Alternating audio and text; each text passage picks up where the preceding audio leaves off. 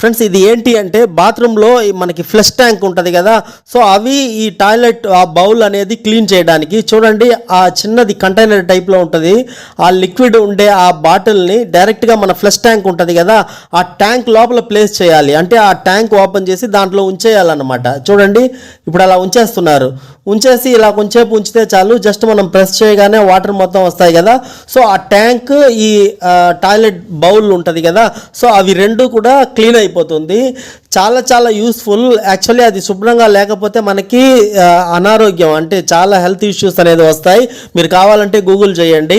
కనుక రెండోది ఇటువంటివి లోకల్గా లేదు, చాలామందికి తెలియదు. ఇటువంటి ప్రోడక్ట్స్ అన్నీ ఉన్నాయని చాలామందికి తెలియదు అనమాట. సో మనం ఈ బిజినెస్లో దిగితే మనం ఫస్ట్ అవుతాం, ఎందుకంటే పోటీయే ఉండదు. రెండోది ప్రతి ఇంటికి ప్రతి ఆఫీస్కి ప్రతి చోట ఎక్కడైతే వాళ్ళకి ఆ బాత్రూమ్స్ ఉంటాయో వాళ్ళందరికీ ఇది యూస్.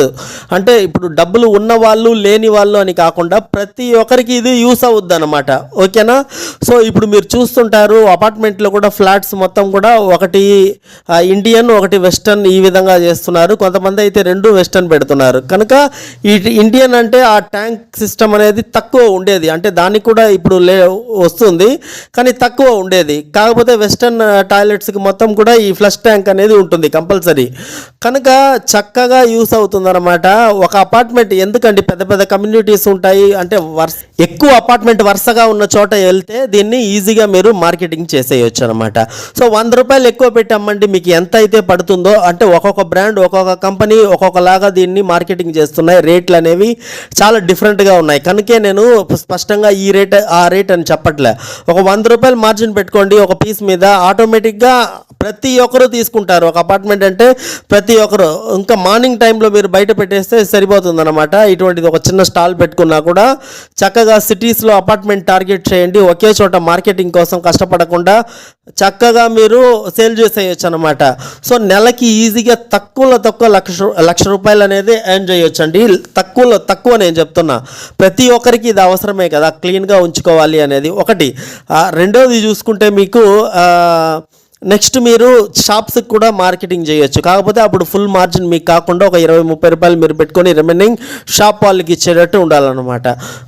ఆ విధంగా కూడా మార్కెటింగ్ చేయొచ్చు. నెక్స్ట్ మీకు వచ్చే డౌట్ ఇది ఎక్కడ దొరుకుతుంది చూడండి. మీరు ఇండియా మార్ట్ వెబ్సైట్లో మీకు టాయిలెట్ బౌల్ క్లీనింగ్ లిక్విడ్ అని టైప్ చేస్తే చాలామంది సప్లయర్స్ వస్తున్నారు. నెక్స్ట్ నేను చెప్పే జాగ్రత్తలు ఒకటే, వాళ్ళని ముఖాముఖి కలవకుండా, డైరెక్ట్గా మీరు వెళ్ళి కలవకుండా, ఎవరికి డబ్బులు కట్టొద్దు, ఆన్లైన్ ద్వారా డబ్బులు పే చేయొద్దు. డైరెక్ట్గా వెళ్ళండి, కలవండి, ఈ ప్రోడక్ట్ డెమో చూపించమని అడగండి. ఏ విధంగా ఉందో చూసుకొని తర్వాత మీరు అమౌంట్ పే చేసి తీసుకోవచ్చు. ఎందుకంటే మీరు అమౌంట్ కట్టిన తర్వాత వాళ్ళు ఫోన్ స్విచ్ ఆఫ్ చేసినా మొత్తం మోసపోయినట్టే. కనుక డైరెక్ట్గా వెళ్ళండి. ఎక్కడ ఉంటుంది ఉంటే మహారాష్ట్ర ఉంటుంది, రాజ్కోట్ ఉంటుంది, ఢిల్లీ ఉంటుంది, ముంబై, చెన్నై, ఎక్కడ పడితే అక్కడ ఉంటుంది. వాళ్ళతో మాట్లాడి వాళ్ళు ఎక్కడ నుంచి వాళ్ళ బ్రాంచెస్ ఉన్నాయో కనుక్కొని డైరెక్ట్గా వెళ్ళండి. ఓకేనా? సో 2024లో బెస్ట్ బిజినెస్ ఐడియా ఇవి కూడా, పోటీ తక్కువ ఉన్న బిజినెస్ ఐడియా ట్రై చేయండి.